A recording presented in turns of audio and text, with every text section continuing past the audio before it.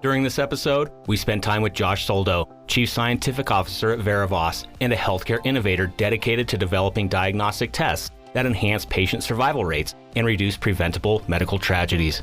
While together, Josh shares his personal and professional journey to entrepreneurship and why he is on a mission to revolutionize healthcare and improve patient care. We explore his deep industry expertise, the importance of networking, Verivos' exciting ventures, his company's strategic business model pivot, and Josh's vision for the industry's future. Join us to learn from Josh how he and the Verivos team are saving lives by transforming laboratory medicine. Let's go.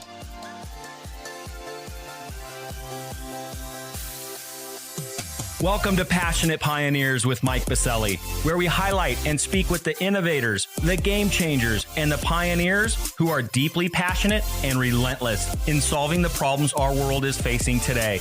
This is your opportunity to connect with and learn from these leaders and to support them on their mission. Perhaps they will soon be hearing your story as well. This is Passionate Pioneers with Mike Biselli. I look forward to having you on this journey with us.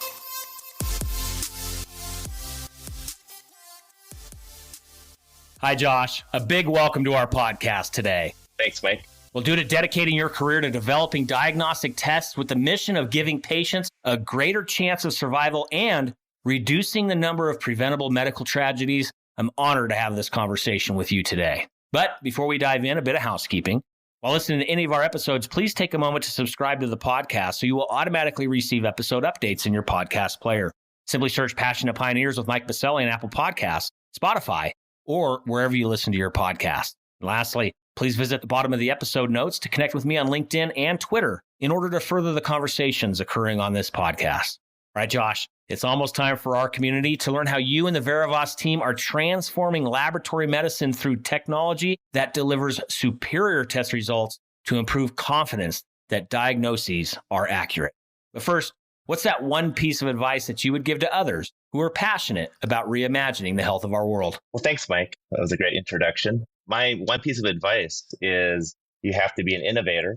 You have to think outside the box and not be afraid to fail. And in terms of innovation translating into commercial products, it's all about developing your network because you can't do this on your own. You can have the best ideas, the best idea, period. But if you don't have an audience that can help you translate that idea to form, to function, to get it into the market, then it's just an idea.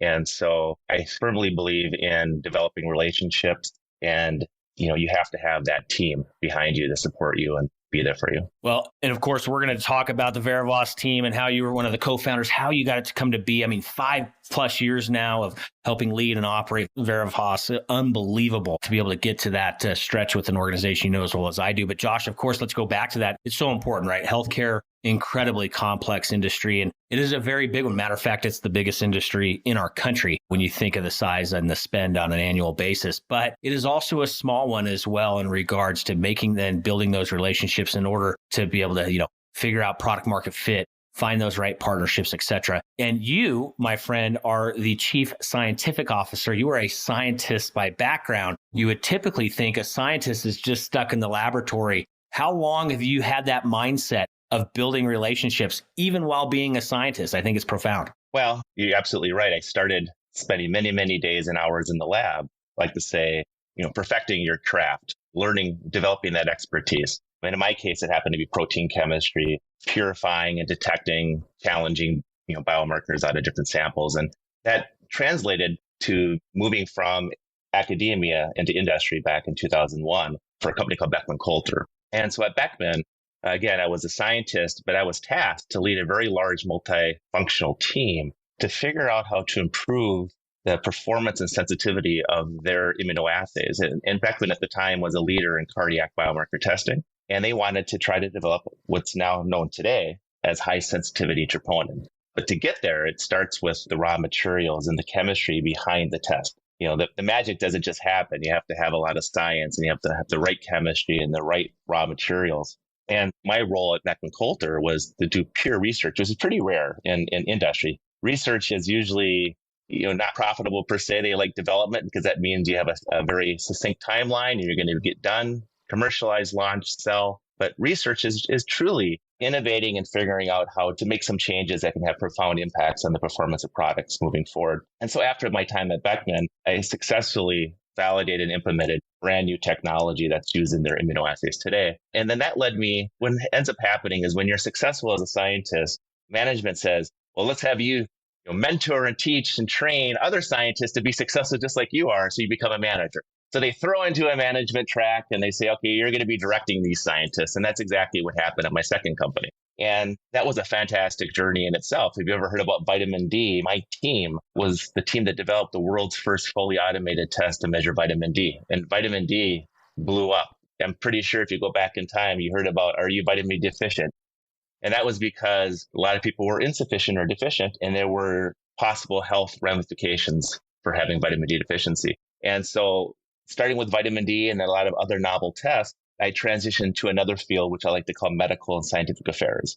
So what industry figured out in around 2010, this was pharma, this is diagnostic companies, is that for you to stay competitive in the marketplace, you have to develop relationships with the thought leaders, the key opinion leaders, the subject matter experts, because guess what? They're the ones that are at the conferences. And if they're talking about your tests and your products, people follow them. They're the leaders in those different clinical spaces. And so they said, how do we develop relationships with these thought leaders? How do we get them to do studies, clinical studies, and publish their findings using your products? Because if you can do those things, that's an indirect way to drive sales in an organization. So before I knew it, I was traveling all over the world, meeting with thought leaders. I like to say, part of your job is making unhappy customers happy. A lot of times when they send you into a thought leader, you don't want them to say something bad about your product. So they say, go talk to them, go talk to her, find out what the issue is. And so you have to be a good listener. And then you have to take what they share with you and translate that to action. And what the best way to develop relationships and build trust and confidence with thought leaders is for them to see you actually listen to them.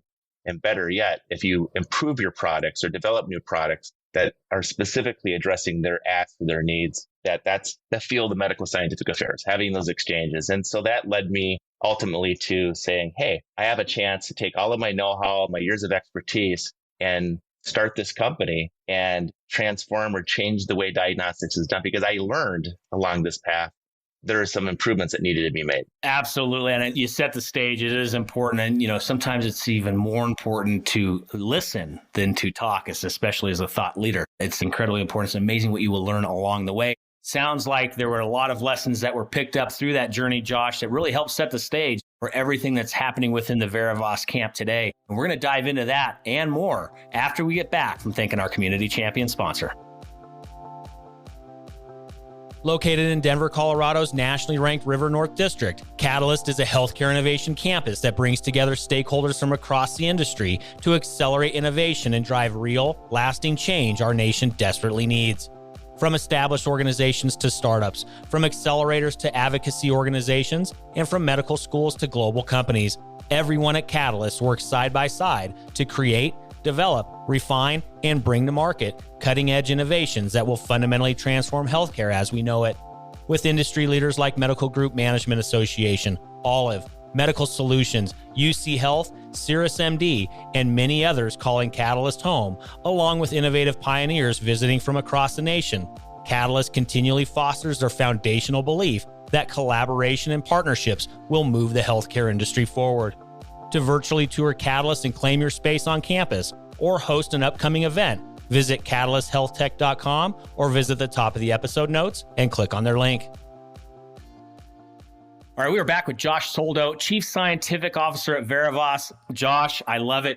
One of the first scientists on the podcast that talked about how important it is about thought leadership, being there alongside the end users, the customers, the prospects to gain that feedback to help dictate what is next, what is on the horizon, especially as we think about innovation in healthcare. Very complex industry to innovate in and of itself, but to be there on the front lines and shoulder to shoulder and alongside those end users, that's how we move the industry forward. So Josh, of course, you set us up at the front end for the storied career that you've already have and where you now are with Verivos. We're going to talk about how Verivos came together. You teed us up perfectly for that. Of course, talk about where things are today for the team, where things are heading, how we can help you as well. But for now, Josh, take us back maybe under the hood a bit. How did Verivos all come together in the first place? You teased it right before the commercial. Maybe give our audience a little bit of understanding of how this came to be. in the first place? Yeah, in 2017, I was approached by my partner, co-founder and CEO, John Forrest.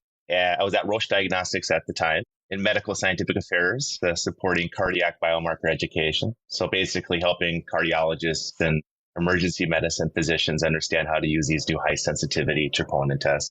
And he's a serial entrepreneur, and he wanted to do something new and exciting in healthcare. He wanted to help patients. He wanted to make a difference. And he thought this was a great way, kind of that last chapter in his career. What could he do that could leave a lasting imprint in healthcare and really make a difference and save patients' lives? And so him and I were talking, and he was referred to me to a mutual colleague as a subject matter expert in assay development and understanding, what it takes to do something new and novel and unique. And out of that discussion, I had filed some IP. I had a patent that I had filed. And long story short, that IP, that patent ended up becoming the foundational technology of the company. And what we set out to do is how can we address a problem, an unmet clinical need that no one knows about except myself? I call it the skeletons in the closet. These are the secrets that these big diagnostic companies have. These are, let's say, imperfections or known deficiencies or issues with those diagnostic tests in the market that they don't necessarily talk about. But I knew what those were. And, could we, instead of trying to manage these issues through designing a test, could we address them just right out of the gate, pre-analytically? And so what I mean by that is if you've ever went to the doctor's office and you've had, a tube of blood drawn, well, they're drawing that blood because they're going to run a panel of tests. And at the end of the day, your physician is the one who's going to get that data, those results, and they're going to make an informed decision about your healthcare based on those test results. And you sure hope those test results are accurate and correct. The physician is trusting that those results are accurate and correct.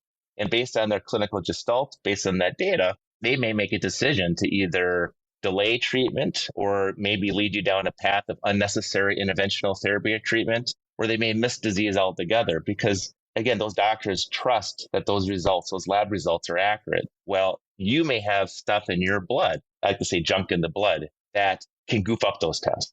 And our company, the first goal we had as a company, as a technology was, what could we do to clean those samples, remove that junk so that those subsequent test results are always accurate. So the doctors always get accurate data the first time, every time, and they make the correct decisions for their patients. Because at the end of the day, you don't want to be that patient where they make a mistake and you have an unnecessary surgery or something bad happens. And so that became kind of the foundational technology that we developed. And then the name VeraVox is Latin. So Vera is Latin for truth, and Vos is vessel or sample. So the name of our company is Truth in the Sample.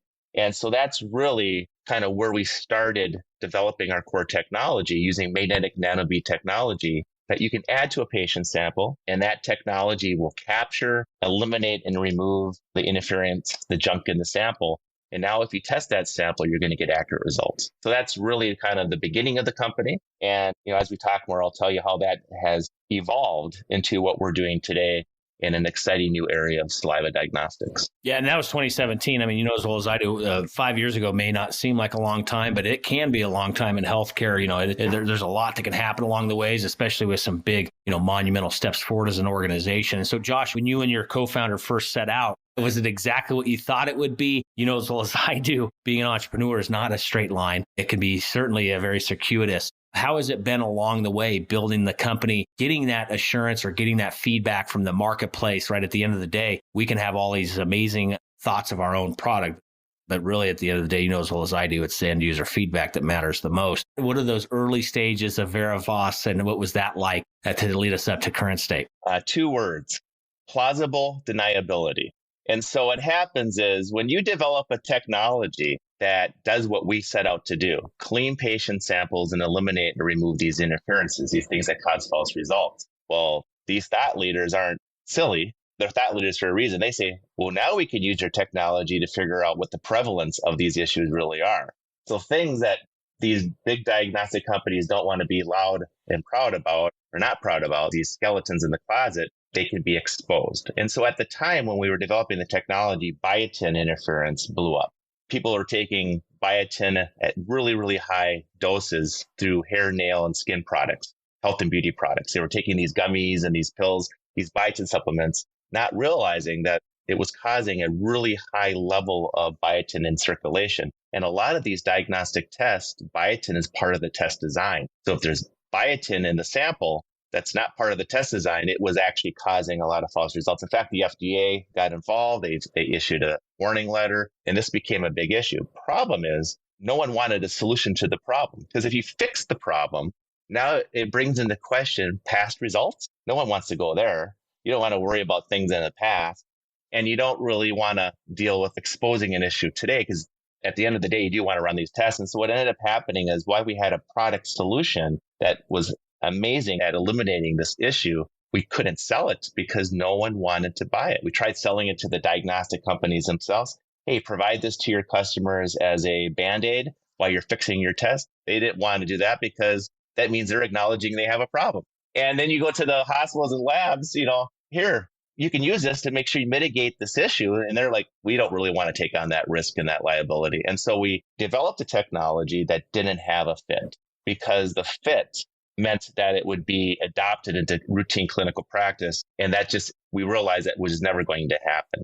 And so, as you said, as you start a company, you have to be able to listen to the feedback of the market, and you have to be able to pivot and say, okay, so we've developed this core technology. How else can we use this technology to address unmet clinical needs, but actually do things that people will endorse, will embrace, will want to buy?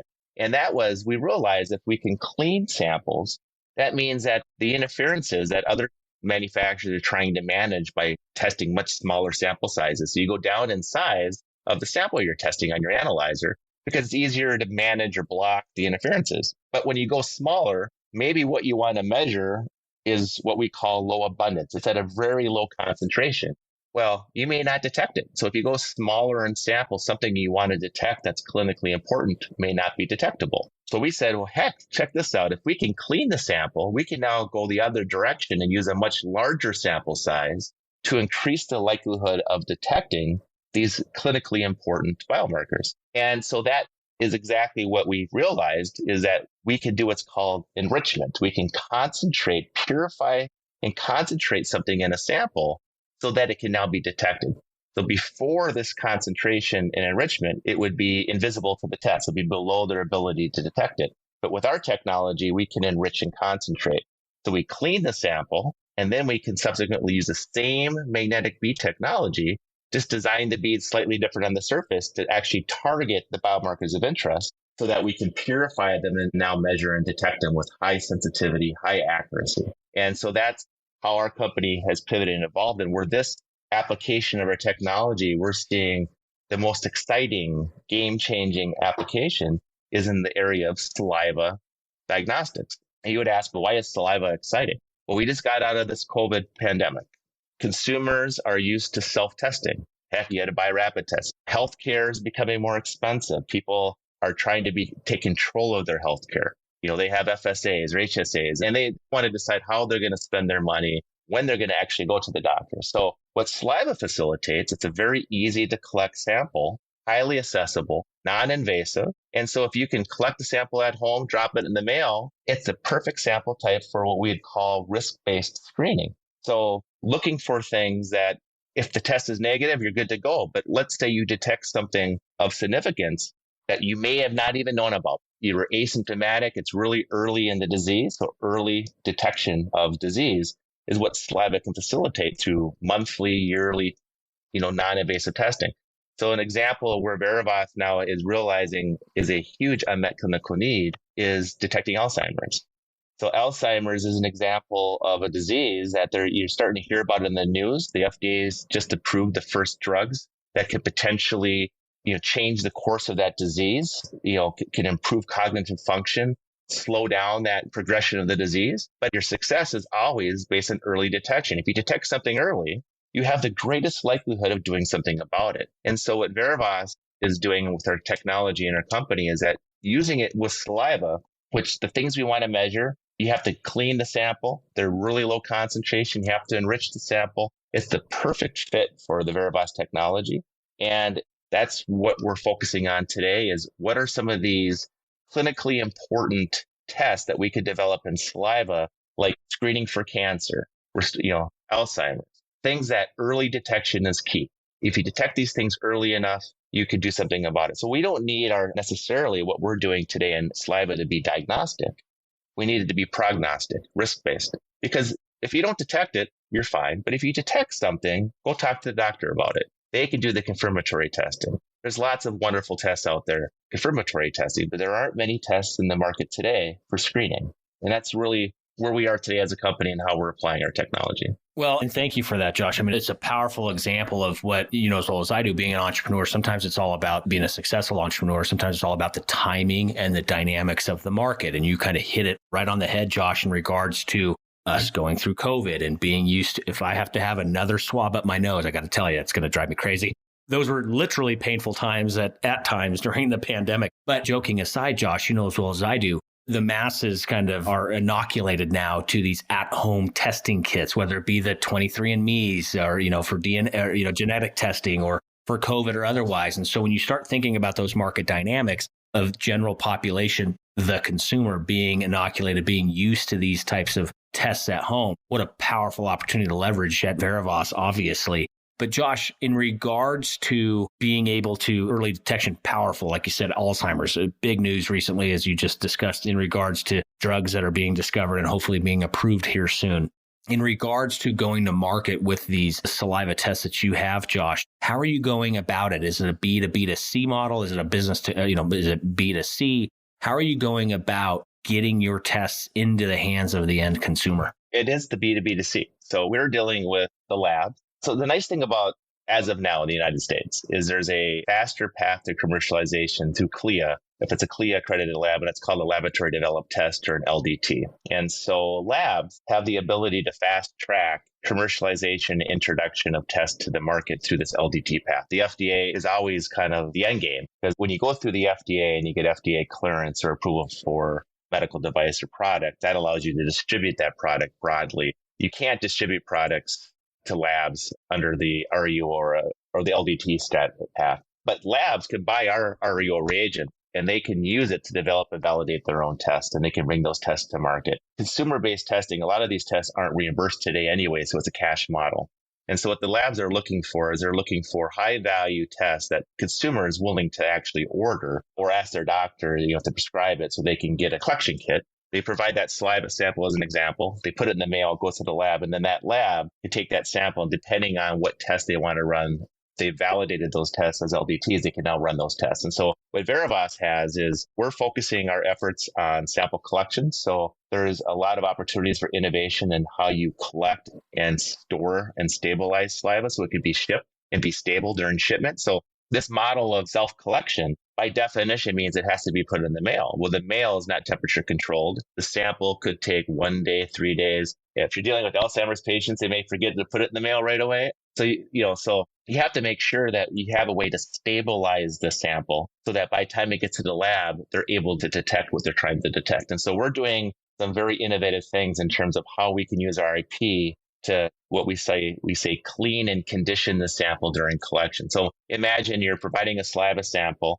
After the sample is collected, our reagent is added to the sample, which stabilizes the sample and cleans the sample. So by the time it gets to the lab, they're ready to test the sample. And so that's part of the challenge is ensuring that the quality of the sample is as high as possible, because in diagnostics, that translates to a quality result. Good sample in typically is good results out. A poor quality sample in can goof up or challenge a test, and you may get inaccurate results. And so quality of that sample, stabilizing the sample, making it, standardizing how it's collected is really important. And then our technology today, what we love about our technology is that we're agnostic to detection. So what that means is that there's many, many different serum and plasma and cerebrospinal fluid tests, as an example, in the Alzheimer's space that have already been validated by big diagnostic companies, Roche and Quanterix and Fujirebio. And a lot of these companies already have Alzheimer's tests that they validated. Some of them have already been cleared by the FDA. There are other big manufacturers as well, Abbott, Siemens, Beckman, that have a menu of different tests. And so what's nice about our technology is that we can take that saliva sample, and simply by changing out one reagent in our product, we can purify the biomarker of choice into what we call a really simple buffer. You start with you think about saliva, spit, it's dirty, it's got bacteria and bugs, and it's not a very clean sample. But after our technology, it's concentrated to basically water, a very simple buffer. And now you can take that sample as a lab and validate it as a new sample type under your existing assays. All those assays that they already have, all their boxes, all their high volume throughput analyzers that are meant for serum and plasma, they could run this sample on those existing assays. And so we become a pre-analytical solution that makes saliva diagnostics possible using existing tests. Now that's phase one of our current kind of refocus of our technology. And then phase two is that we're in the process of developing and validating our own detection technologies that we can take to the FDA as an IVD test. And so ultimately, Verivos, we want to have our own IVD test, but we realize that's a longer journey, a longer path to revenue. And as a startup company, revenue is king. You got to do everything you can.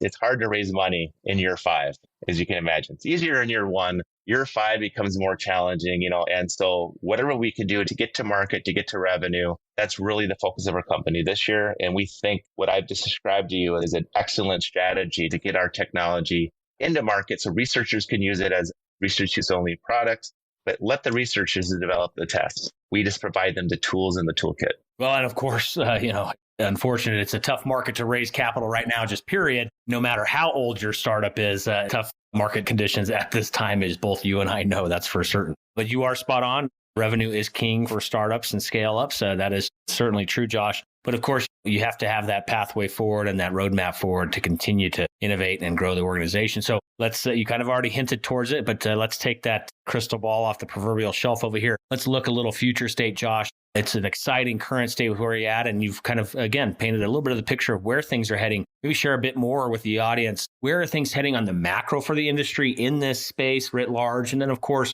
where is Verivos going to be at that intersection? Call it even the next 2 to 3 to 5 years. Where are things heading? Again, coming out of COVID, that's an excellent question, because coming out of COVID-19, accessibility to testing, it became very clear. So people got used to self-testing. And so an area in diagnostics that's growing rapidly, exponentially, is point of care testing. And so this would be near patient testing. So this is, you can buy kind of like a pregnancy test. You can buy that test for whatever it is and self-test at home.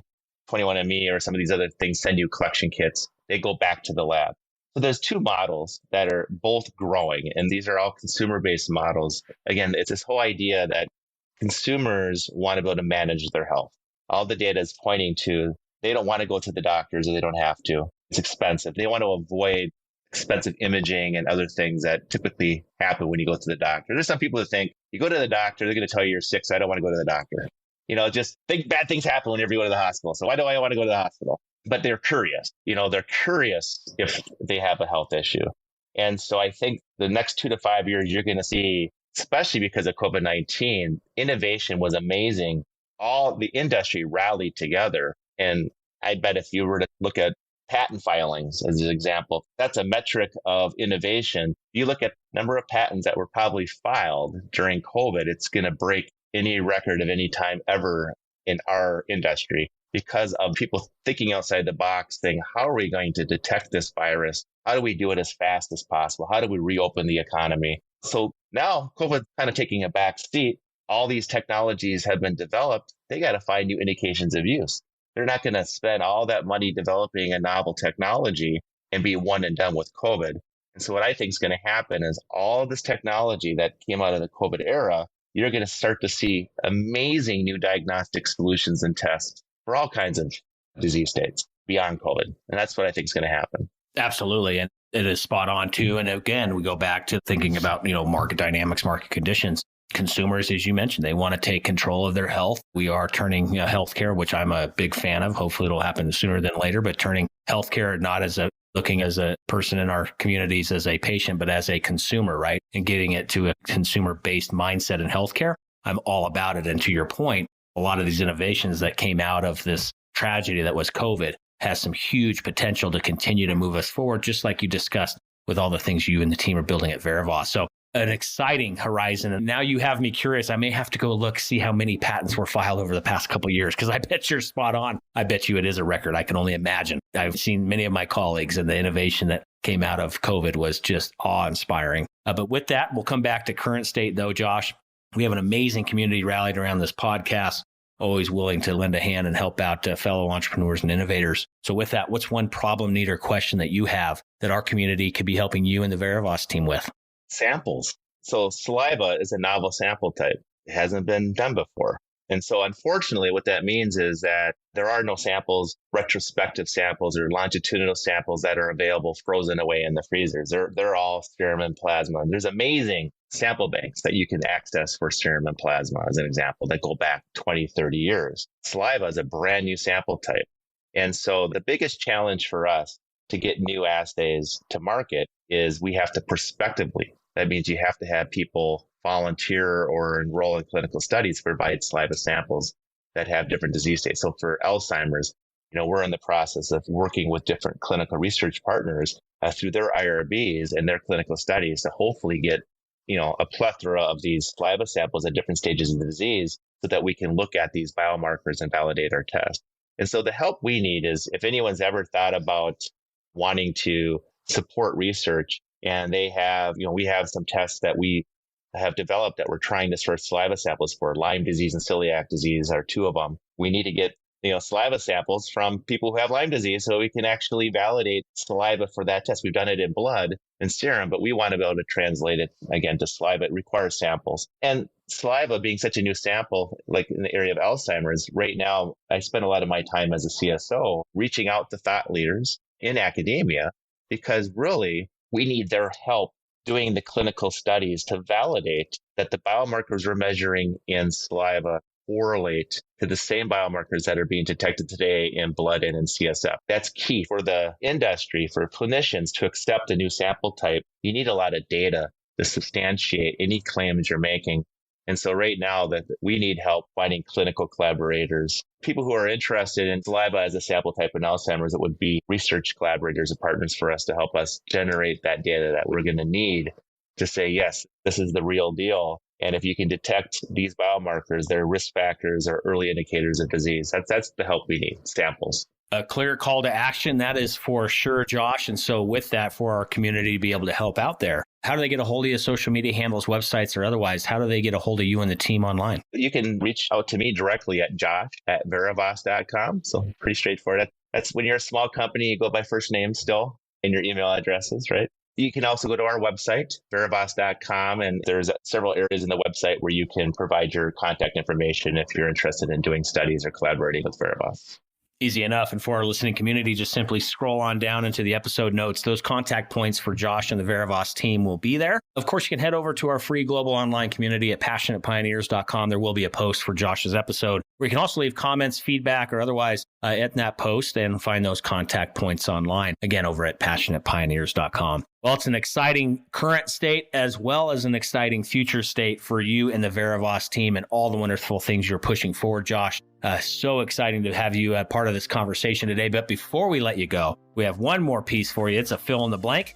I'm a passionate pioneer because I am innovative and I want to transform or change healthcare and save or improve patient healthcare, improve patient lives. Absolutely. Well, thank you so much, Josh. And again, thank you so much for taking time today to be with us and to share the Verivos story, where you are today, and of course, where you are heading tomorrow. For now, thank you again for being with us today.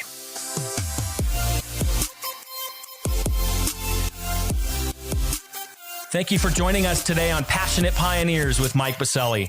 We'd love to hear your feedback about the podcast so we can continue to improve this community and to further support the pioneers being featured. Lastly, please take a moment to subscribe to the podcast and invite your friends and colleagues to join us. This is Passionate Pioneers with Mike Biselli. I look forward to having you back with us during our next episode.